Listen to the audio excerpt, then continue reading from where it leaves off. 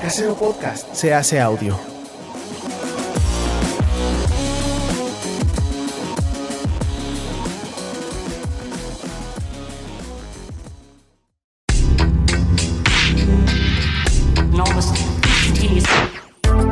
Esto es Galaxy Sound, donde las estrellas convergen.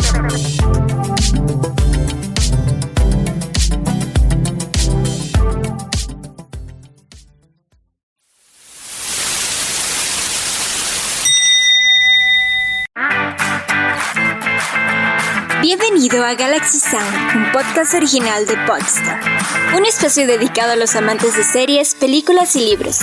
La ficción es solo el principio. Yo soy Aide Flores y seré una especie de guía.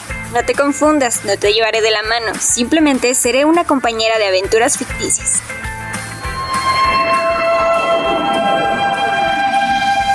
Pueden encontrar todos los episodios en nuestra página oficial, podstar.com.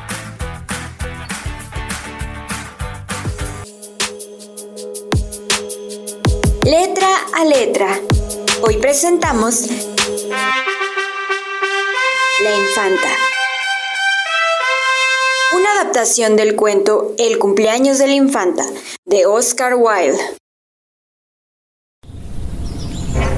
Era aquel día el cumpleaños de la infanta.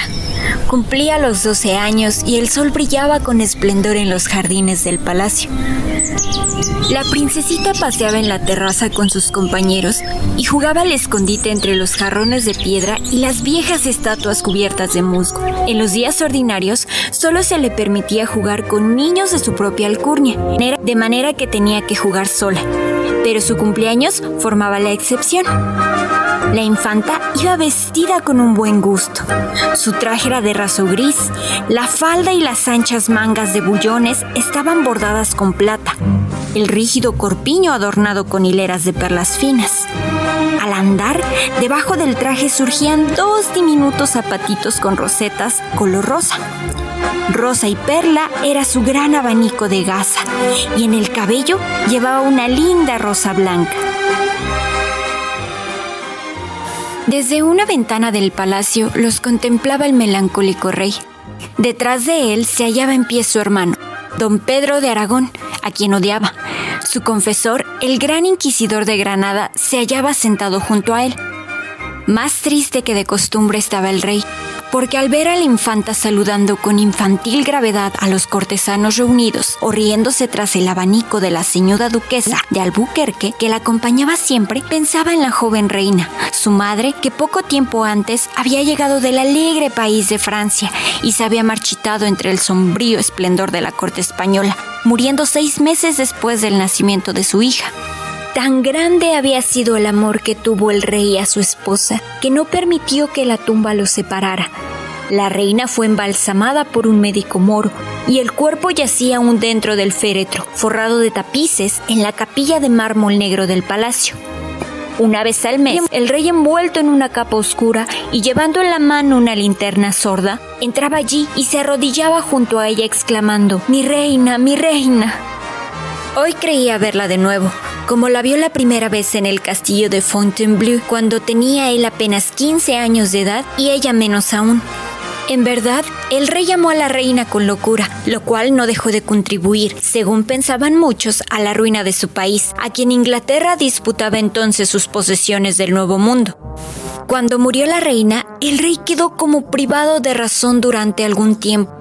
No cabe duda de que hubiera abdicado formalmente y se hubiera retirado al gran monasterio trapense de Granada, si no hubiera temido dejar a la infantita entregada a la merced de su hermano, cuya crueldad aún en España era notoria, y de quien muchos sospechaban que había causado la muerte de la reina con un par de guantes envenenados que le regalara en su castillo de Aragón al visitarlo ella.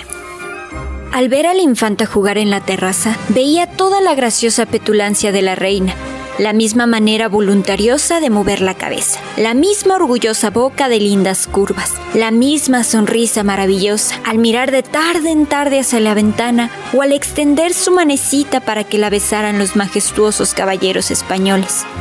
Pero la aguda risa de los niños molestaba los oídos del rey. Escondió la cara entre las manos y cuando la infanta miró de nuevo hacia arriba, se habían cerrado las cortinas y el rey se había retirado. La niña se encogió de hombros. Bien podía haberse quedado el rey a verla jugar. ¿Qué importaban los ridículos asuntos del Estado? ¡Qué tontería cuando el sol brillaba con tanta viveza y todo el mundo estaba tan contento! Además, iba a perder el simulacro de corrida de toros, para el cual sonaba ya la trompeta, sin contar la comedia de títeres y las otras cosas maravillosas. Su tío y el gran inquisidor eran mucho más sensatos. Habían salido a la terraza y le hacían finos cumplimientos. Tomando la mano de don Pedro, descendió lentamente las escaleras y se dirigió hacia el amplio pabellón de seda púrpura en uno de los extremos del jardín. Los otros niños la siguieron. Salió a recibirlo una procesión de niños nobles, y el joven conde de Tierra Nueva, hermosísimo adolescente de unos 14 años de edad, descubriéndose la cabeza con toda la gracia que dan el nacimiento hidalgo y la grandeza de España. La acompañó solemnemente hasta una silla pequeña de oro y marfil. Los niños se agruparon en torno, agitando las niñas sus abanicos y cuchicheando entre sí, mientras don Pedro y el gran inquisidor observaban y reían. Era aquella una corrida de toros maravillosa. Algunos de los muchachos caracoleaban sobre caballos de palo, blandiendo largas picas con alegres gallardetes de cintas de colores vivos. Otros iban a pie, agitando sus capas escarlatas ante el toro, el cual estaba hecho de mimbres y cubierto con una piel disecada.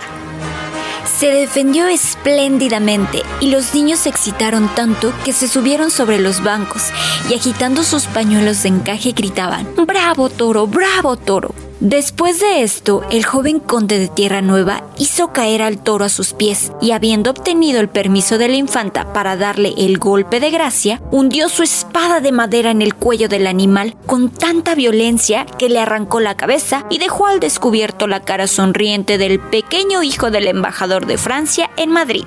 Se despejó entonces el redondel entre grandes aplausos y después un acróbata francés bailó en la cuerda tensa. Se representó con títeres italianos una tragedia en la cual trabajaban tan bien los títeres y sus movimientos eran tan naturales que al final del drama los ojos del infante estaban turbios de lágrimas.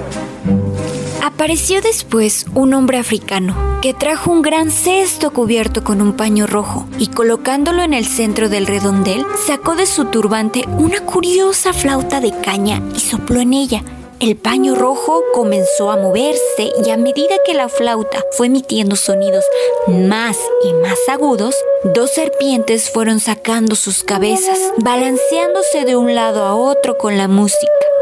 Los niños, sin embargo, se asustaron, pero les agradó mucho cuando este hombre hizo nacer de la arena un diminuto naranjo que producía preciosos azahares blancos y racimos de verdaderos frutos. Y cuando tomó en sus manos el abanico de la hija del marqués de las Torres y lo convirtió en un pájaro azul, su deleite no tuvo límites. La solemne danza de los niños bailarines de la iglesia de Nuestra Señora del Pilar fue encantador. La infanta solo de oído conocía la danza de Nuestra Señora, según se le llamaba, y era ciertamente digna de verse. Los niños llevaban trajes de corte arcaicos, sombreros de 3 picos ribeteados de plata y coronados por enormes penachos de plumas de avestruz, y la deslumbrante blancura de sus trajes se acentuaba por el contraste con sus caras morenas y sus largos cabellos negros. Todo el mundo quedó fascinado y cuando terminaron e hicieron reverencia con sus grandes sombreros a la infanta, ella respondió al homenaje con gran cortesía e hizo voto de enviar una gran vela de cera al santuario de la Virgen del Pilar en pago del placer que le habían producido. Una compañía de hermosos egipcios, como se llamaba entonces a los gitanos, avanzó al redondel y sentándose en el suelo, con las piernas cruzadas en círculo, comenzaron a tocar suavemente sus cítaras, moviendo el cuerpo al son de la música y tarareando en leve murmullo un aire de ensueño. Cuando vieron a don Pedro, le gruñeron y algunos se mostraron aterrorizados, porque apenas hacía 2 semanas que había hecho ahorcar por brujos a 2 de la tribu en la plaza del mercado de Sevilla. Pero la linda infanta los encantó y se sentían seguros de que esa personilla tan encantadora no podía ser cruel para nadie. Tocaron muy dulcemente. De repente, un grito tan agudo que todos los niños se asustaron y don Pedro se llevó la mano al pomo de su daga. Se pusieron en pie y giraron locamente por el redondel, tocando sus tamboriles y cantando una delirante canción de amor en su extraño lenguaje gutural. Luego, a una nueva señal, se echaron todos al suelo y se quedaron allí tranquilos. Después de repetir el acto varias veces, desaparecieron por un momento y volvieron, trayendo un oso pardo y peludo atado con cadena y cargando sobre las espaldas unos pequeños monos. El oso se ponía de cabeza con la mayor gravedad y los monos, amaestrados, hicieron toda clase de juegos divertidos con 2 niños gitanos que parecían ser sus maestros. Los gitanos alcanzaron el éxito. Pero la parte más divertida de toda la fiesta matinal fue, indudablemente, el baile del enanito.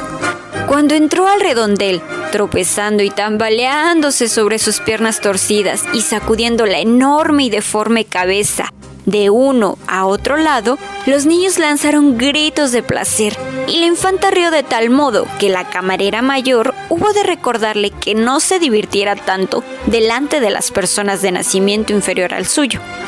El enano, sin embargo, era irresistible y aún en la corte de España, famosa siempre por su culta afición al horrible, nunca se había visto ante una criatura tan fantástica. Y era la primera aparición que hacía. Le habían descubierto apenas el día anterior corriendo en salvaje libertad 2 nobles que estaban cazando en un lugar remoto del gran bosque y lo habían llevado al palacio como sorpresa para la infanta. Su padre, campesino pobre que vivía de hacer carbón vegetal, se había alegrado de verse libre de hijo tan feo y tan inútil. Quizás lo más divertido en él era su incompleta inconsciencia. No se daba cuenta de su aire grotesco. En realidad, parecía feliz y estaba lleno de vivacidad. Cuando los niños se reían, él se reía tan alegre y tan libremente como cualquiera de ellos, y saludándolos como si fuera uno de ellos, en vez de ser una cosa deforme que la naturaleza en momento de humorismo había modelado para diversión de los demás. La infanta lo fascinó. No podía quitarle los ojos de encima y parecía bailar para ella sola. Al terminar la fiesta, ella se quitó del cabello la linda rosa blanca, en parte por burla, y se la arrojó a través del redondel con la más dulce de las sonrisas. El enano tomó en serio la cosa y apretando la flor contra sus toscos labios, se puso la mano en el corazón y se arrodilló ante la infanta, enseñando los dientes de oreja a oreja y brillantes de placer los ojos. La infanta se vio atacada por tal hilaridad que siguió riéndose hasta después de que el enanito había salido del redondel y expresó a su tío el deseo de que se repitiera inmediatamente aquel baile. Pero la camarera decidió que sería lo mejor para su alteza volver sin tardanza al palacio, donde se le había preparado un magnífico festín. La infanta, pues, se levantó con gran dignidad y se dirigió a sus habitaciones. Cuando el enanito oyó decir que tendría que bailar de nuevo ante la infanta y por mandato expreso suyo, se puso tan orgulloso que corrió al jardín besando la rosa blanca en grotesco éxtasis de placer y haciendo los más torpes y absurdos gestos de satisfacción. Las flores se indignaron al verlo invadir su bella morada. «Es demasiado feo para que se te permita jugar donde estamos nosotros», gritaron los tulipanes. «Debería beber jugo de adormideras y dormirse durante 1000 años», dijeron los grandes lirios escarlatas. «Es un verdadero horror», chilló el cacto. «Es torcido y rechoncho y su cabeza no guarda proporción con sus piernas». «Y tiene en las manos uno de mis mejores botones», exclamó el rosal de rosas blancas. «Yo mismo se lo di a la infanta esta mañana, como regalo de Natales, y él se lo ha robado». Y le gritó: «¡Ladrón! ¡Ladrón! ¡Ladrón!». Hasta los geranios rojos, que generalmente no se daban aire de importancia y de quienes era sabido que tenían muchos parientes pobres, se retorcieron de disgusto al verlo. El viejo reloj de sol, que era un personaje muy notable, se quedó tan azorado ante el aspecto del enanito que casi se olvidó de mover su largo dedo de sombra durante 2 minutos. Pero como quiera que fuese, a los pájaros les gustaba el enanito. Lo habían visto con frecuencia en el bosque, bailando o agachado en el hueco de algún viejo roble, compartiendo sus nueces con las ardillas. No les importaba nada que fuera feo. El enano había sido amable con ellos y durante aquel invierno terriblemente frío nunca se había olvidado de ellos, sino que les había dado migajas de su libreta de pan negro y dividía con ellos su pobre desayuno. Así, los pájaros volaban en torno suyo, tocándole las mejillas con sus alas al pasar, y charlaban entre sí, y el enanito estaba tan contento que no podía menos que enseñarles la linda rosa blanca y decirles que la infanta se la había dado porque lo amaba. Los lagartos también se encantaron con el enanito, y cuando se cansó de correr y se echó a descansar sobre la hierba, jugaban y corrían sobre él, y trataban de divertirlo lo mejor que podían. No todo el mundo puede tener la belleza de los lagartos, decían. Eso sería pedir demasiado. Y después de todo, no es tan feo el muchacho, sobre todo si uno cierra los ojos y no lo mira. Los lagartos tenían naturaleza de filósofos. Las flores estaban excesivamente disgustadas con la conducta de los lagartos y de los pájaros. Hicieron gestos de desdén, tomaron actitud altiva y se pusieron contentas cuando poco rato después vieron al enanito levantarse de entre la hierba y dirigirse al palacio a través de la terraza. Debería mantenérsele encerrado durante el resto de su vida, dijeron. Mirad su joroba y sus piernas torcidas. Y comenzaron a reírse. Pero el enanito nada sabía de esto. Creía que las flores eran las cosas más maravillosas del mundo entero, excepto la infanta, porque ella le había dado la linda rosa blanca y lo amaba. ¿Cómo le habría gustado volver a su bosque con ella? Ella lo pondría a su derecha y le sonreiría, y él nunca la abandonaría, sino que la haría su compañera de juegos y le enseñaría toda clase de habilidades divertidas. Sabía hacer jaulas de junco para que los saltamontes cantaran en ellas y convertir las largas cañas de bambú en flautas. Conocía el grito de cada pájaro y sabía llamar a los estorninos de la copa de los árboles y a las garzas de la laguna. Conocía el rastro de cada animal, conocía todas las danzas del viento. Sí, la infanta debería venirse al bosque y jugar con él. Él le daría su propio lecho y velaría afuera, junto a la ventana, hasta la aurora, para que los ganados salvajes no le hicieran daño ni los flacos lobos se acercaran demasiado a la cabaña. Y a la aurora tocarían el postigo y la despertaría, y saldrían juntos y bailarían todo el día. No se echaba de menos a nadie en el bosque. Ciertamente había mucho que ver en el bosque, y cuando la infanta se fatigara, encontraría mullidos lechos en el musgo, o él la llevaría en brazos, porque era muy vigoroso, aunque sabía que no era alto. Le haría un collar de rojos frutos que serían tan hermosos como los frutos blancos que lleva en su traje. Le traería bellotas y anémonas mojadas de rocío y diminutos gusanos de luz para que fueran como estrellas en el oro pálido de sus cabellos. Pero, ¿dónde estaba la infanta? Le preguntó la rosa blanca, que no le respondió. Todo el palacio parecía dormido. Se habían bajado grandes cortinas para evitar el reflejo del sol. Vagó por todos lados buscando entrada y al fin encontró una puertecita abierta. Se escurrió por ella y encontró una espléndida sala, mucho más espléndida que el bosque. Pero la infanta no estaba allí. En el extremo del salón había una cortina de terciopelo negro, ricamente bordada con soles y estrellas, divisas favoritas del rey, en los colores que él prefería. Tal vez ella se escondía allí, la buscaría al menos. Se acercó suavemente y abrió la cortina. No, era solo otra sala, pero le pareció más hermosa que la anterior. El enanito miró alrededor con asombro y no sin temor, pero pensó en la infanta y recobró el valor.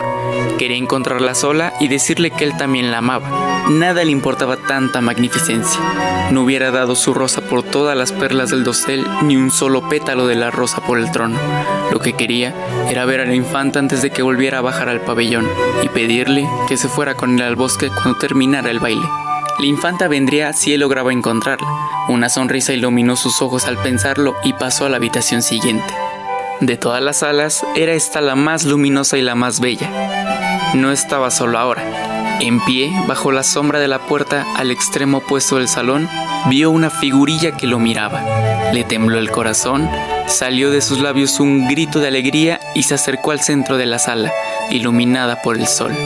Al hacerlo, la figurilla se movió también y pudo verla claramente.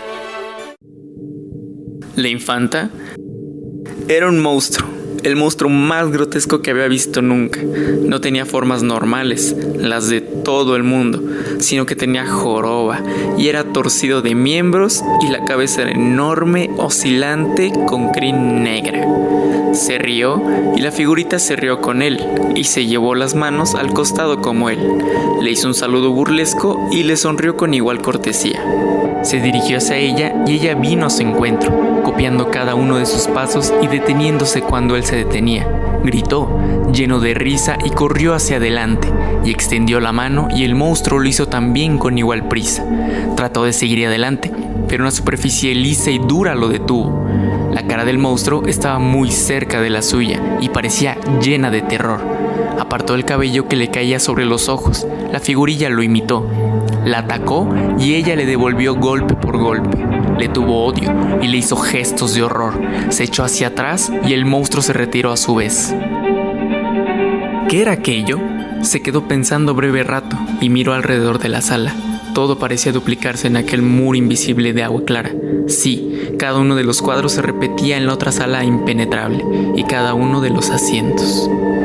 Sobresaltado, se quitó del pecho la linda rosa blanca, miró de frente al espejo y la besó. El monstruo tenía otra rosa igual a la suya, pétalo por pétalo. La besaba con iguales besos y la apretaba con su corazón con gestos horribles. Cuando la verdad surgió en su cabeza, dio un grito loco de desesperación y cayó sollozante al suelo. Era él, el deforme jorobado, horrible y grotesco. Él era el monstruo y de él se reían todos los niños y la princesa que él creía que lo amaba. No había hecho sino reírse de su fealdad y burlarse de sus miembros torcidos. ¿Por qué no lo habían dejado en el bosque, donde no había espejo para decirle cuán feo era? ¿Por qué no lo había matado su padre antes de venderlo para su vergüenza? Cálidas lágrimas rodaban a borbotones por sus mejillas. Hizo pedazos la rosa blanca y el monstruo hizo igual cosa y esparció los pétalos por el aire. Se revolcó por el suelo y cuando el enanito lo miraba, correspondía a su mirada con cara de dolor. Se alejó del espejo para no verlo y se cubrió los ojos con la mano. Se arrastró, como animal herido, hacia la sombra y ahí se quedó gimiendo. En aquel momento, la infanta entró con sus compañeras por la puerta abierta y cuando vieron al feo enanito, estallaron en carcajadas alegres y se pusieron a observar. Su baile era divertido, dijo la infanta, pero sus acciones son más divertidas todavía. Y agitó su gran abanico y aplaudió. Pero el enanito no la miró y sus sollozos fueron cada vez más apagados. De pronto, dio un suspiro extraño y se llevó la mano al costado. Luego se dejó caer y se quedó inmóvil. «Admirable», dijo la infanta después de una pausa, «pero ahora quiero que bailes para mí». Levántate y baila, porque eres tan inteligente como los monos y haces reír mucho más. Pero el enanito no respondió, y la infanta golpeó el suelo con el pie y llamó a su tío, que paseaba por la terraza con el chambelán. «Mi enanito está triste», le dijo. «Reanímalo y dile que baile para mí». Don Pedro se inclinó y tocó al enanito en la mejilla con su guante bordado. «Tienes que bailar», le dijo Petit Monsti. «Tienes que bailar. La infanta de España y de las Indias quiere divertirse». Pero el enanito no se movió. «Hay que llamar a un azotador», dijo don Pedro con fastidio y se volvió a la terraza. Pero el chambelán tomó aspecto grave y se arrodilló junto al enanito y le tocó el corazón. «Mi bella princesa, vuestro divertido enanito no volverá a bailar más. Es lástima, porque es tan feo que pudo haber hecho sonreír al rey». «Pero, ¿por qué no ha de bailar más?» «Porque se le ha roto el corazón», respondió el chambelán. Y la infanta frunció el ceño y sus finos labios de rosa se plegaron con desdén. «En adelante, que los que vengan a jugar conmigo no tengan corazón», exclamó, y salió corriendo hacia el jardín.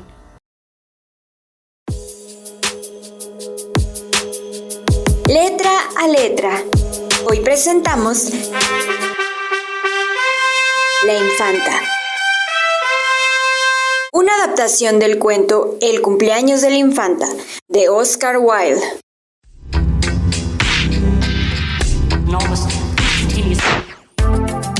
Este fue Galaxy Sound, donde las estrellas convergen. Un espacio dedicado a los amantes de series, películas y libros. La ficción es solo el principio.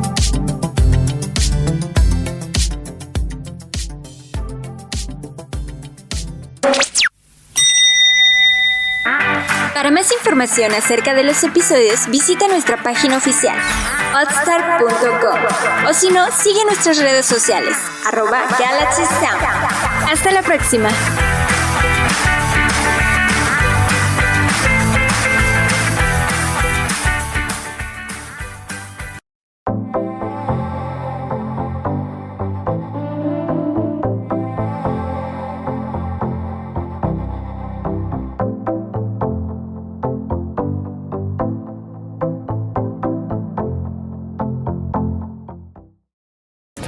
Casero Podcast se hace audio.